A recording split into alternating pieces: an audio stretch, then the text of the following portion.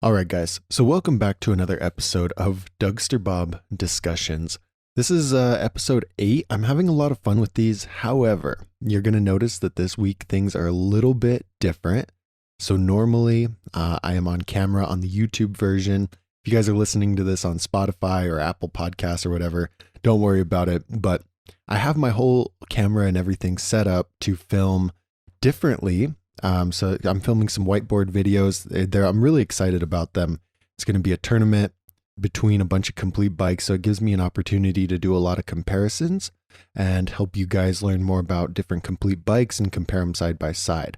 So that's what we're working on. This one, like I said, no video, but after next weekend, we'll get back. Everything should be back to normal, video wise, live wise. I know I've been missing the Friday lives. I'm so sorry. We'll get back to it.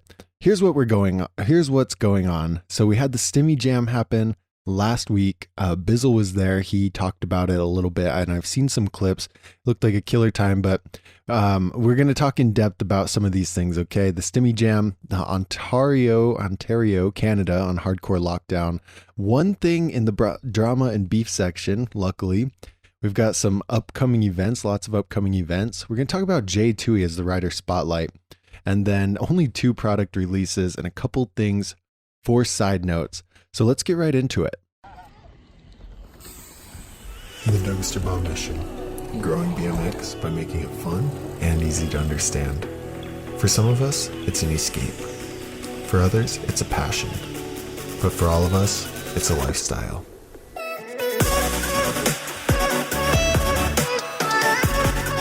You're gonna love this sport. I'm glad you're letting me teach you everything that I know about it.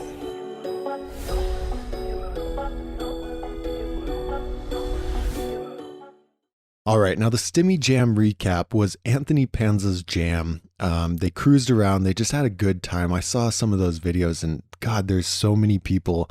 I would love to go to a huge jam like that. I haven't been to a jam in, oh my God, it's been years. But it just looks so fun. You're around all these people. Everyone's hyping you up, sending tricks. Bizzle, the guy that he's always on the lives, hurt his ankle. Panza also hurt his ankle before the jam. I know we talked about that earlier in the last podcast. And I guess he was riding around on an e-bike since he couldn't actually do tricks, but he was there, he was there spreading good vibes and everything like that. They had an after party. And a lot of the guys got to go hang out with Panza and hang out at the after party. So all in all, that sounds like a really good time. I'm stoked for everyone that was able to get out there and do that. The next thing is Ontario, Canada is on a hardcore lockdown again. We talked about this in the Sunday live, and one of the homies who's from there said, here's the deal. The government told the police to pull people over. And anybody pull them over and say, hey, why aren't you home? And the police actually refused to do this. They didn't believe that that was right. They didn't want to do that. So now they changed it to where you can pull people over if you suspect that they're out participating in like a social gathering event. So if you feel like they're out having a big old birthday party or an Anthony Panza Stimmy Jam, you could pull them over and give them like a $750 ticket.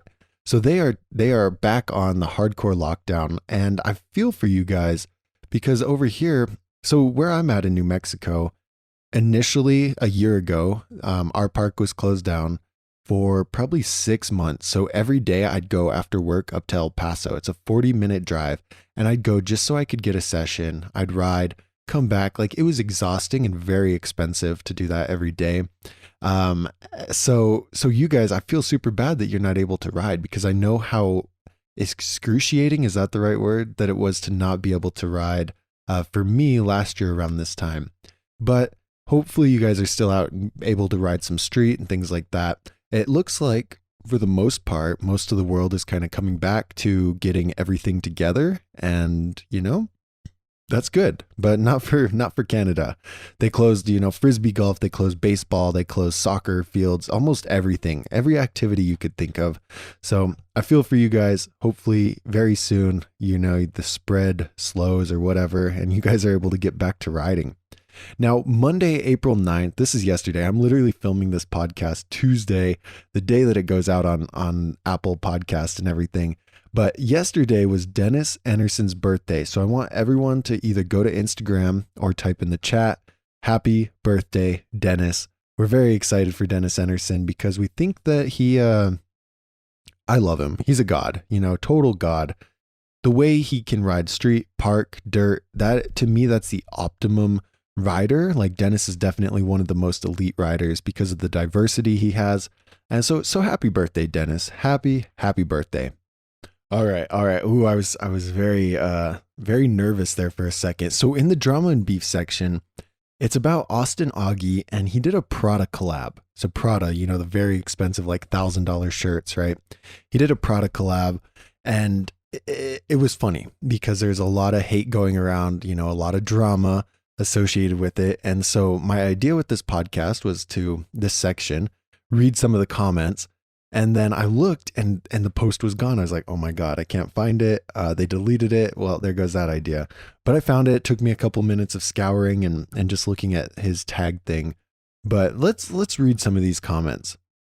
So in the picture, he's got hub guards, but no pegs, which is very interesting.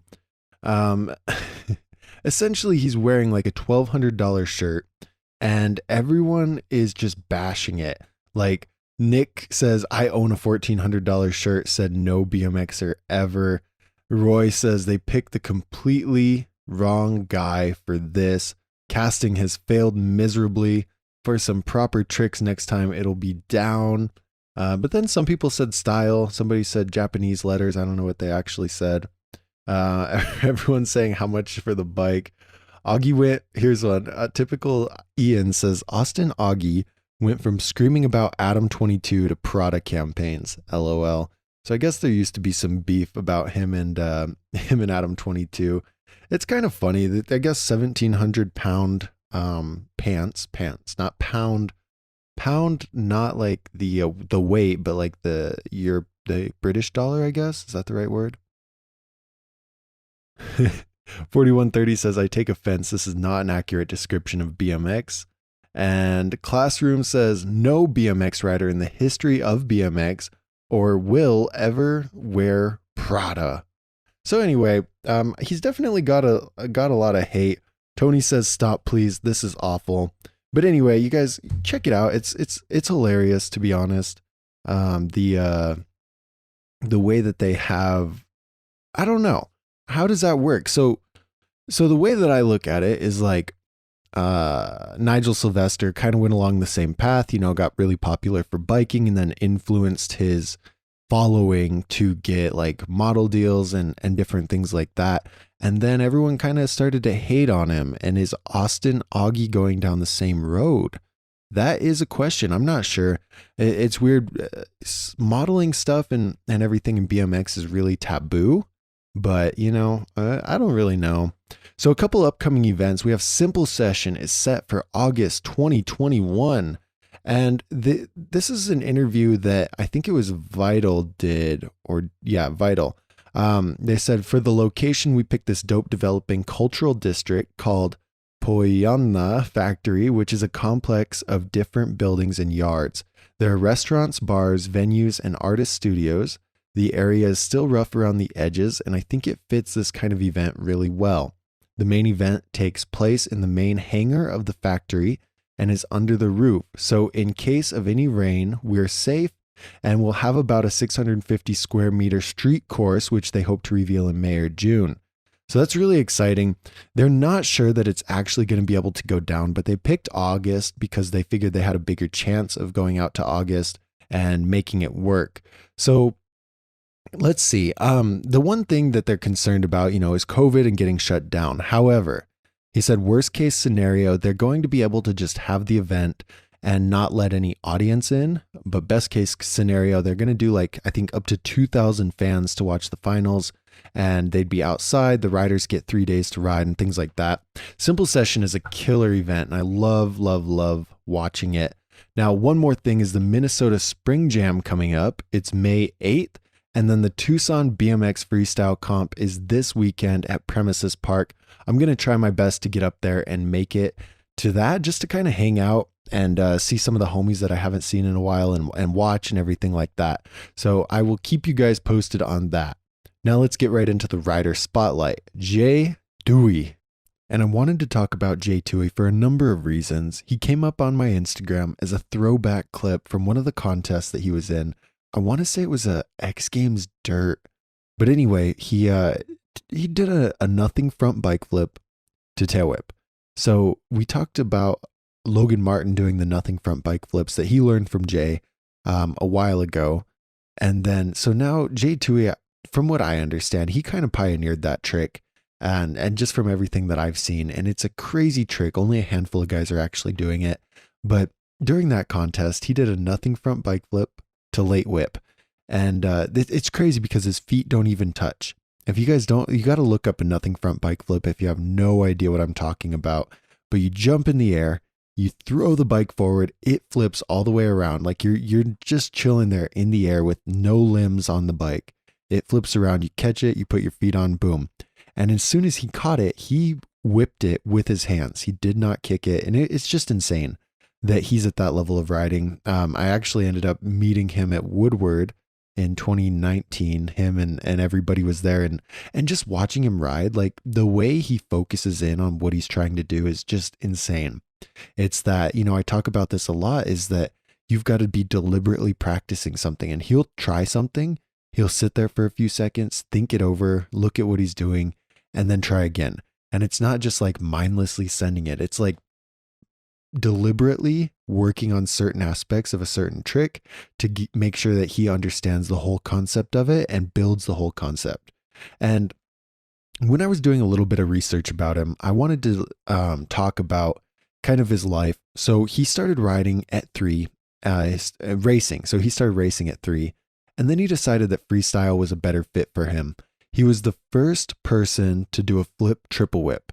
That's his world first. Now, I'm pretty sure it was on a huge Nitro Circus airbag, so does it really count? That's up to you guys. Some people will count it, some people won't. But he was the first one to do that. He did it for a few years, and then during a show, he snapped his leg. I watched the video and it's like, oh yeah, he snapped it. You could see his ankle like fling up by his knee, because it just flopped around. And I'm like, oh my God, that's crazy. So he did that. And then that took him off the bike for a long time. I think actually only like 6 months. So he had to get surgery and everything, get it all. He snapped his tibia and fibula. So both the bones there.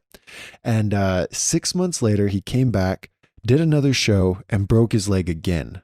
Same leg from what I understand, on the same trick, but it was like, he just kind of put pressure weird on his ankle and it twisted it. So it wasn't as bad as I think the first one was like a compound fracture. And I'm pretty sure the second one wasn't as bad, but still we talk about the mental aspect. And this is something that's talked about in the Nitro Circus article, is that like for a lot of us, one little crash and we're mentally out of it for the rest of the session or even the whole day.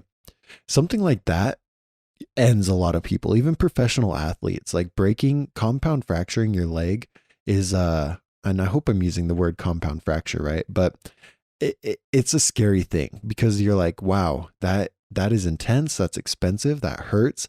I don't want to do that again. So for a lot of people, they would stay far away from their sport after something like that. But he got on the bike again, which is a huge accomplishment. But then breaking your leg a second time, that's enough to really set someone over the edge, kill their confidence, kill their morale.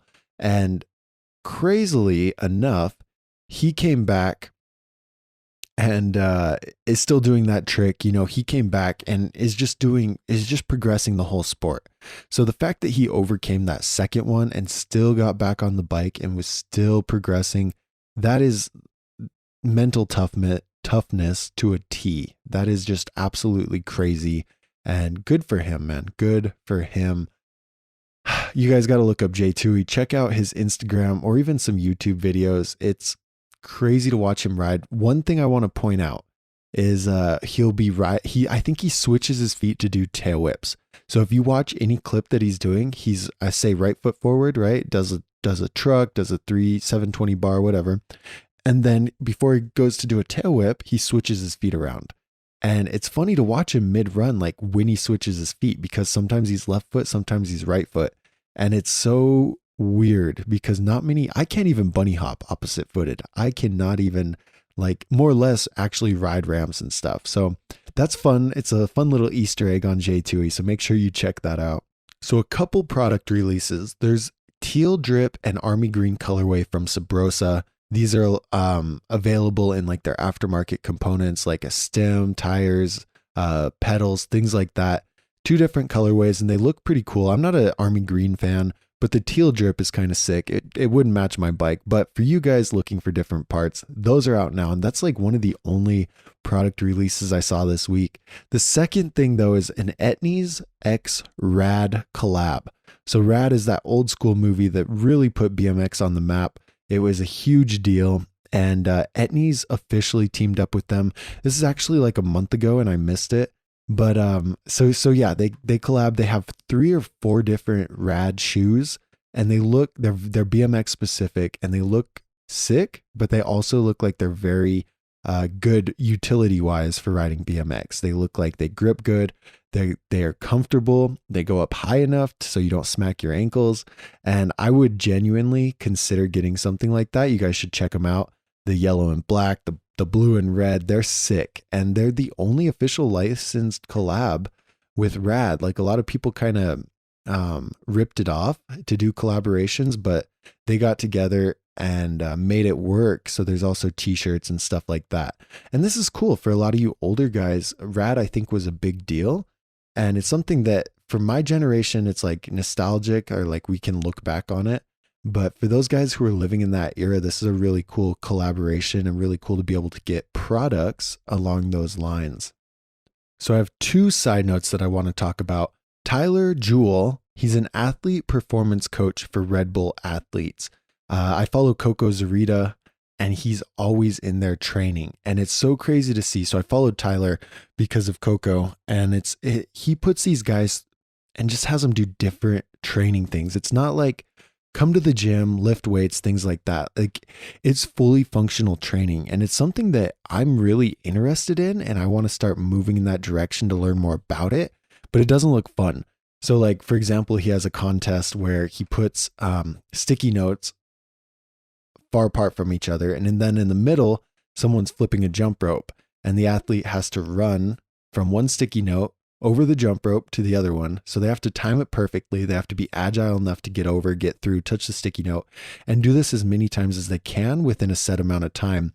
And then he has each one ranked. So some people have done 20 touches in a minute or something like that. And some people have a hard time getting, more than 5.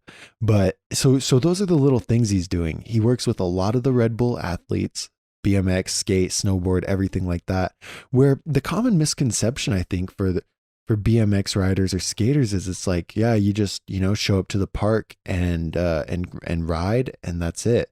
And that is really not the case. Like these guys put in extreme amounts of work. So I see Daniel Sandoval, Jeremy Malott, and those guys in that area, they always go to this guy called Kells. His thing's Kells Movement. And I have a friend from Woodward that also works out there. And so I'd see on her story working out with like Shelby Sandoval, which I think is Daniel's sister. And then I see Daniel at the same place. I'm like, yo, this is crazy. But it's fully functional things. Like it's not common workout, just common workouts that you and I would do when we go to the gym. There's one where the guy had to run around, okay, and then he had to do a roll. So just like a somersault. And then I think it's Tyler threw a ball at him. He caught the ball, set it down, rolled backwards. And it's just weird stuff. It's like that can't really be physically exerting, but it's all about coordination, agility, and things like that. So I'm really trying to study that more. And if you guys are curious, follow Tyler Jewell and check out what he's doing. He says being explosive is a key ingredient for mini sports. And I couldn't agree more. That's something I'll touch on a lot in some of my ebooks that I'm working on. But enough of that. Let's talk about Danscomp. Danscomp is always doing some interesting things, and it always raises eyebrows for me. But they did a complete bike build for their YouTube channel. And the guy that runs it, his whole idea was, can you build a custom bike for less than $1,000? And it was possible. So he put everything together. He forgot to buy pedals, so he just used some old pedals, but it was right under 1,000. And this is interesting because the whole idea with it is, one, to answer that question, but two, to provide actual feedback on the parts so they can review whatever pedals are on there, whatever rims, whatever bars. They can review those as they've actually been ridden and actually been tested.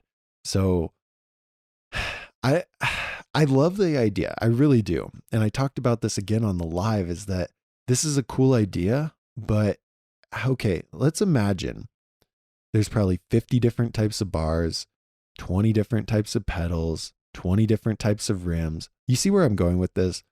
The functionality of actually testing everything. So you can't test something for a day. That doesn't mean anything, right?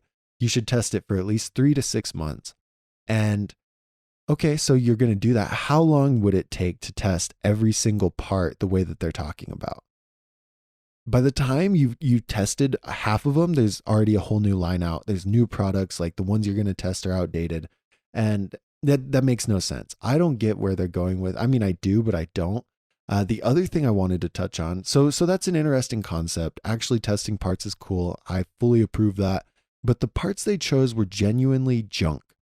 To get it under $1,000, this bike is worse quality than like the Kink Williams, the Sunday Soundwave Complete, the We the People Battleship, the We the People Envy, the We the People, like any of those high level completes. This bike is way worse than it. And because they're using the same aftermarket parts that are found on like $600 completes, like Rant, Mission, things like that, they're using those. And to build a complete bike for $1,000, or a custom bike for $1,000, that's the same quality as complete bikes that are $600, is very counterproductive.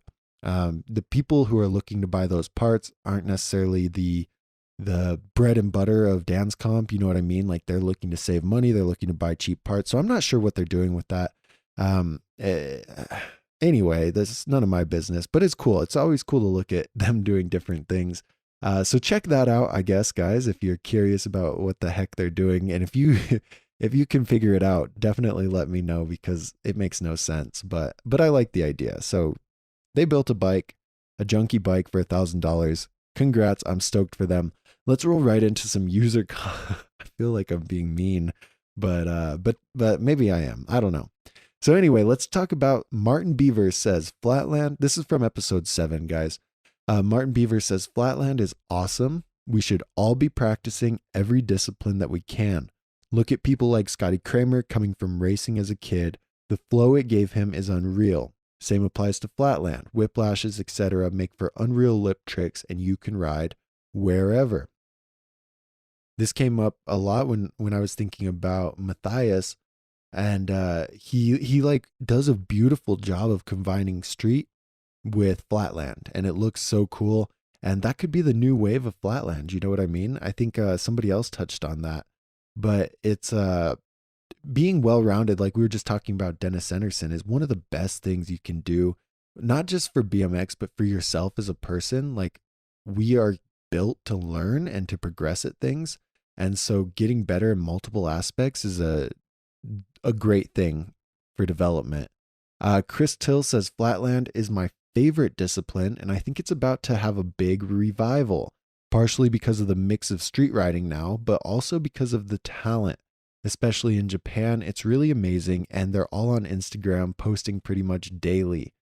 So Chris touches on a couple things here. We were just talking about that mix with street riding and how I agree. I think there is going to be a big revival, because social media, to an extent, is helping people get into the sport. I met a guy in El Paso who said, yeah, I saw these guys on TikTok riding bikes, and I'm 30. And I was like, that looks fun. So he got a bike. And that's happening for so many people, not just people like that, but people who have ridden before, they're getting back into it.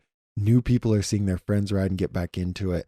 So if Flatland has that social media influence, people are going to start out in that direction for sure.